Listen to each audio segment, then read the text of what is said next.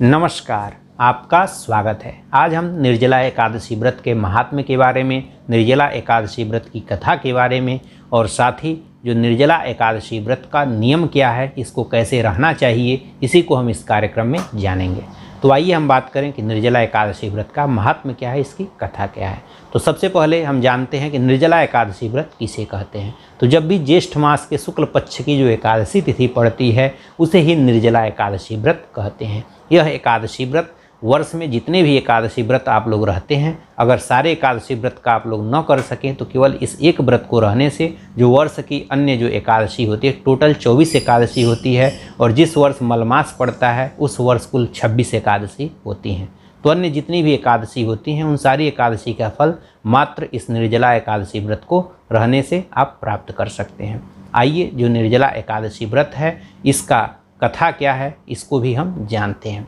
तो इसके कथा के बारे में आइए जानें। एक बार की बात है, युधिष्ठिर जी भगवान कृष्ण से पूछते हैं कि आप हमें निर्जला एकादशी व्रत के महात्म्य के बारे में बताइए कि निर्जला एकादशी व्रत को क्यों रहना चाहिए और इसका फल क्या है। वहीं पर पास में व्यास जी भी बैठे थे। तब भगवान कृष्ण बोलते हैं कि जो एक निर्जला एकादशी व्रत है इसके महात्म्य के बारे में आपको व्यास जी बताएंगे। व्यास जी इस कथा के बारे में, इस व्रत के बारे में, महात्म्य के बारे में बहुत ही जानते हैं। तब व्यास जी वहाँ पर जो भी पांडव बैठे थे और साथ ही कृष्ण जी बैठे हुए थे उन लोगों को एकादशी व्रत के महात्म्य के बारे में बताते हुए कहते हैं कि जो भी महीने में जो दोनों एकादशियाँ पड़ती हैं उन दोनों एकादशी व्रत को सभी लोगों को रहना चाहिए और उसके बाद एकादशी वाले दिन सभी लोगों को भगवान विष्णु की जो भी यथा सामग्री उपस्थित हो सके, जो भी सामग्री एकत्रित हो सके उससे भगवान विष्णु की पूजा करनी चाहिए और उसकी जो भोग लगाना चाहिए और अगले दिन द्वादशी तिथि को भी भगवान विष्णु की पूजा करके और ब्राह्मणों को भोजन कराना चाहिए। उसके बाद ही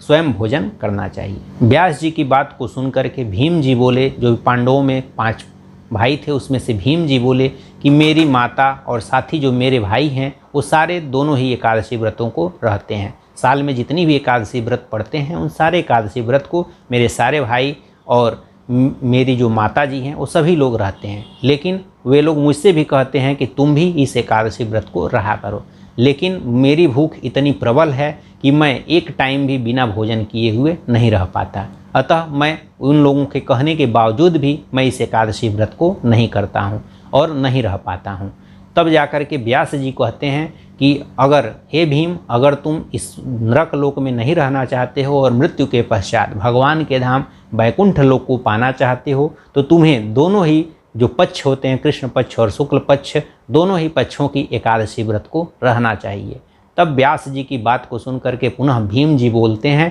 कि हे गुरुवर, हे पितामह, आप तो सब कुछ जानते हैं। मैं जब एक टाइम बिना भोजन किए हुए नहीं रह सकता तो फिर मैं महीने में 2-2 दिन बिना भोजन किए हुए कैसे रह पाऊँगा और बिना भोजन किए हुए मैं कैसे इस व्रत को करूँगा। अतः आप मुझे कोई ऐसा व्रत बताइए, ऐसा कोई उपाय बताइए जो केवल वर्ष में केवल एक ही दिन करना पड़े और उस एक दिन के करने से मेरे सारे पाप नष्ट हो जाएं और मैं भगवान के धाम को प्राप्त कर सकूं। अगर कोई ऐसा व्रत हो, ऐसा उपाय हो तो मुझे बताइए, नहीं तो मैं एक टाइम भी बिना भोजन किए हुए नहीं रह पाता हूँ। तो इस प्रकार से भीम जी की बात को सुन करके व्यास जी ने कहा, अगर तुम इस महीने में जो 2 एकादशियाँ पड़ती हैं, अगर दोनों एकादशी तिथि को अगर नहीं रह पाते हो तो जो वर्ष में ज्येष्ठ मास में जो शुक्ल पक्ष की एकादशी तिथि पड़ती है जिसे निर्जला एकादशी व्रत कहते हैं, केवल इस एकादशी व्रत को नियम पूर्वक अगर करते हो तो वर्ष में जो अन्य एकादशियाँ पड़ती हैं उन सारी एकादशियों का फल मात्र इस निर्जला एकादशी व्रत के रहने से ही आपको मिल जाएगा। अतः हे भीम, तुम इस निर्जला एकादशी व्रत को जरूर करो। इसके बाद व्यास जी इस व्रत के नियम और विधि को बताते हुए कहते हैं कि इस निर्जला एकादशी वाले व्रत को बिना जल के ही रहना चाहिए। केवल जो जल है वह केवल मात्र दातुवन करते वक्त जल को कुल्ला करने के लिए ही केवल उपयोग करना चाहिए और जो आचमनी होता है, आचमनी के वक्त केवल जल का उपयोग करना चाहिए और वो भी जो जल है उसको आपको पीना नहीं है, केवल कुल्ला करने के लिए ही, जो जब भी दातुवन करे तो केवल कुल्ला करने के निमित्त ही आप उस जल को लें। उसके अलावा जल का पूरे दिन आपको नहीं लेना है, किसी भी रूप में आपको जल का सेवन नहीं करना है। जो भी यह निर्जला एकादशी तिथि होती है इस दिन विधि पूर्वक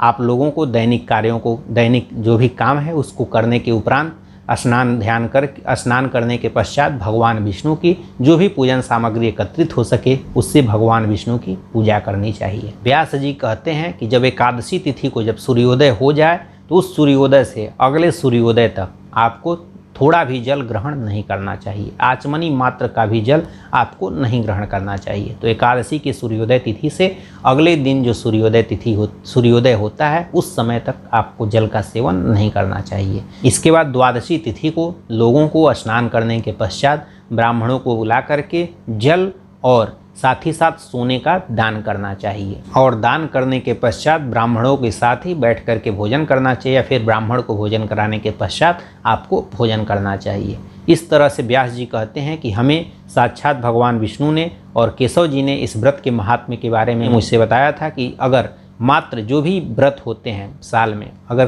किसी भी व्रत को आप न रहें, केवल इस निर्जला एकादशी व्रत को निर्जल रह करके और उपवास करते हुए इस व्रत को करें, नियम पूर्वक इस व्रत को करें, तो निश्चित ही अंत में वह मेरे धाम वैकुंठ लोक को चला आता है। व्यास जी कहते हैं कि एकादशी व्रत करने वाले के पास अंत समय में जो भयंकर विकराल रूपधारी जो यमदूत होते हैं वे यम पास लेकर के नहीं आते हैं। अंत समय में भगवान विष्णु के जो देवदूत होते हैं, विष्णुदूत होते हैं, वही उनके पास आते हैं और अपने वाहन में बैठा करके उनको ले करके और विष्णु लोक को जाते हैं। व्यास जी कहते हैं कि जो भी इस एकादशी वाले दिन जल वाले नियम का पालन करता है, निर्जल रहता है, और वह जितने पहर तक इस व्रत को बिना जल पिए हुए, बिना जल लिए हुए रहता है, उसका हर एक पहर का जो व्रत होता है, हर एक पहर का व्रत जो करोड़ों करोड़ों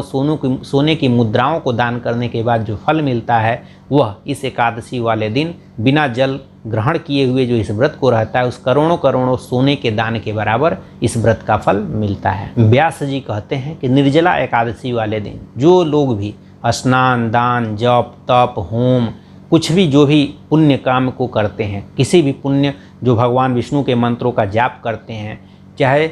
कोई भी पुण्य कार्य करते हैं, उन सारे जो पुण्य कर्म होते हैं, सारे पुण्य कर्मों का फल अक्षय होता है। इसलिए इस दिन पुण्य कर्मों को करना चाहिए। व्यास जी कहते हैं कि जो भी इस ज्येष्ठ मास के शुक्ल पक्ष की जो यह निर्जला एकादशी व्रत है, इसको अगर नियम पूर्वक करता है तो वह चाहे कितना हो बड़ा पापी हो, चाहे ब्रह्म हत्या का पापी हो, चाहे वह चोर हो, चाहे वह शराबी हो, चाहे वह गुरुद्रोही हो, गुरु से जिसने विश्वासघात किया हो, गुरु से साथ द्वेष रखता हो, चाहे कोई भी हो, उसके सारे पाप नष्ट हो जाते हैं। वे सारे महापातकों से उसको छुटकारा मिल जाता है और वह अंत में भगवान के धाम वैकुंठ लोक को चला जाता है। इसलिए इस एकादशी व्रत को नियम पूर्वक, प्रतिज्ञापूर्वक सभी लोगों को करना चाहिए। व्यास जी कहते हैं कि हे कुंती पुत्रों, आप सभी लोग सुनो कि इस दिन किस चीज़ का दान करना चाहिए और इस दिन क्या क्या करना चाहिए। व्यास जी कहते हैं कि इस दिन लोगों को, जो लोग एकादशी व्रत रहें, जितना भी सामान जुट सके उन सभी सामानों से भगवान विष्णु की विधिवत पूजा करनी चाहिए, और उसके बाद से धेनु को, या फिर अगर धेनु न हो सके तो घृत का धेनु हो, उसको ब्राह्मणों को दान करना चाहिए। और साथ ही जितने भी प्रकार के मिठाई, मिष्ठान्न आप जुटा सकते हैं, मिष्ठान्न हो, फल हो, सभी को जुटा करके और पर्याप्त रूप से दक्षिणा ब्राह्मणों को दान करनी चाहिए। और पर्याप्त रूप से सारी वस्तुओं को दान करने पर ब्राह्मणों को दान दे करके प्रसन्नचित्त करना चाहिए। और इस तरह से करने से ब्राह्मण भी जरूर प्रसन्न होते हैं। और इस तरह से जब ब्राह्मण प्रसन्न होते हैं तो आपको इस व्रत का संपूर्ण फल प्राप्त हो जाता है। इस तरह से दिन में पूजा करनी चाहिए, ब्राह्मणों को दान करना चाहिए, और रात्रि में जागरण करते हुए भगवान का ध्यान करना चाहिए। भगवान के नाम ओम नमो भगवते वासुदेवाय, चाहे जो भी आप भगवान का नाम जानते हैं, भगवान का नाम लेते हुए भगवान विष्णु का ध्यान करना चाहिए। एकादशी तिथि वाले दिन अन्न, जल, वस्त्र, कमंडल, जल से भरा हुआ पात्र, गौ, सुंदर आसन, सैया, कमंडल, छाता, जो भी जितने भी सामान हो सके, इन सारे सामानों को ब्राह्मणों को, जो भी श्रेष्ठ और सुपात्र ब्राह्मण हो, उसको दान करना चाहिए। जो भी इस दिन श्रेष्ठ और सुपात्र ब्राह्मण को इस दिन दान करता है और साथ ही साथ जूता भी दान करता है, वह सोने के विमान पर बैठ करके भगवान के धाम वैकुंठ लोक को जाता है। जो भी इस एकादशी व्रत की महिमा का वर्णन करता है, या दूसरे को सुनाता है, या खुद सुनता है, वे सभी लोग इस व्रत कथा के, इस व्रत के महात्म्य के बारे में सुनने से या सुनाने से, अगर चतुर्दशी से युक्त कोई अमावस्या तिथि हो और उस दिन अगर सूर्य ग्रहण लगा हो और जो उस समय जो श्राद्ध कर्म किया जाता है, जो उसका फल होता है, वह फल मात्र इस कथा के वर्णन को सुनने से या दूसरे को सुनाने से, मात्र इस केवल सुनने या सुनाने से वो पुण्य फल प्राप्त हो जाता है। बहुत ही दुर्लभ संयोग होता है जब चतुर्दशी युक्त अमावस्या हो और साथ ही साथ उस दिन सूर्य ग्रहण लगा हो। उस समय का जो श्राद्ध कर्म किया जाता है, उसका जो पुण्य फल होता है, वह सारा पुण्य मात्र इस व्रत के वर्णन करने से या सुनने से या सुनाने से मिल जाता है। इस एकादशी तिथि को दंत धावन करके, दातुवन करके और उसके बाद से प्रतिज्ञा करनी चाहिए कि मैं आज इस दिन बिना जल के ही इस एकादशी व्रत को नियम पूर्वक करूँगा और जल का सेवन नहीं कर दूँगा। इस तरह से प्रातःकाल ही प्रतिज्ञा करने के पश्चात इस व्रत को रहना चाहिए और इस तरह से एकादशी तिथि को व्रत रहना चाहिए। और अगले दिन सुबह द्वादशी तिथि को प्रातःकाल स्नान करने के बाद भगवान विष्णु की पूजा करें और जल सहित जो जल का घड़ा है, जल पात्र है, जो भी हो, जल पात्र सहित जल के साथ ब्राह्मण को दान करना चाहिए। घड़े का दान करते हुए प्रार्थना करनी चाहिए कि हे इस भव सागर से पार कराने वाले, इस संसार रूपी मोह माया से मुक्त कराने वाले, हे भगवान, जल पात्र को दान कर रहा हूँ, अतः आप मुझे भी इस भव सागर से पार लगाइए और मुझे भी इस जग से तार दीजिए और मुझे भी अपने लोक में, अपने सानिध्य में, अपने चरणों में मुझे भी स्थान दीजिए। व्यास जी कहते हैं कि हे भीमसेन, ज्येष्ठ मास की जो शुक्ल पक्ष की निर्जला एकादशी है, इस दिन बिना जल के ही इस एकादशी व्रत को करना चाहिए और जल के साथ और मिष्ठान्न के साथ ब्राह्मणों को दान, जल पात्र को दान करना चाहिए। और अगले दिन श्रेष्ठ ब्राह्मण को बुला करके स्नान ध्यान करके भगवान विष्णु की पूजा करें और ब्राह्मण को भोजन कराएं और उसके बाद स्वयं भी भोजन को ग्रहण करना चाहिए। जो भी इस प्रकार से पूर्ण रूप से विधि पूर्वक इस पापनाशिनी इस एकादशी व्रत को करता है, निश्चित ही उसके सारे पाप नष्ट हो जाते हैं और अंत में वह भगवान के धाम वैकुंठ लोक को चला जाता है। व्यास जी की इस बात को सुन करके भीम जी ने भी कहा कि मैं भी अब इस एकादशी व्रत को करूंगा। उसके बाद भीम जी भी इस एकादशी व्रत को रहने लगे, जिसके बाद से इस एकादशी व्रत का नाम भीमसेन एकादशी के नाम से भी जाना जाता है। आशा करता हूं कि यह कार्यक्रम आप लोगों को अच्छा लगा होगा। इस एकादशी व्रत के बारे में अगर और कुछ जानना है तो नीचे कमेंट करके आप पूछ सकते हैं। इन्हीं सब बातों के साथ हम आपसे विदा लेते हैं। नमस्कार, धन्यवाद।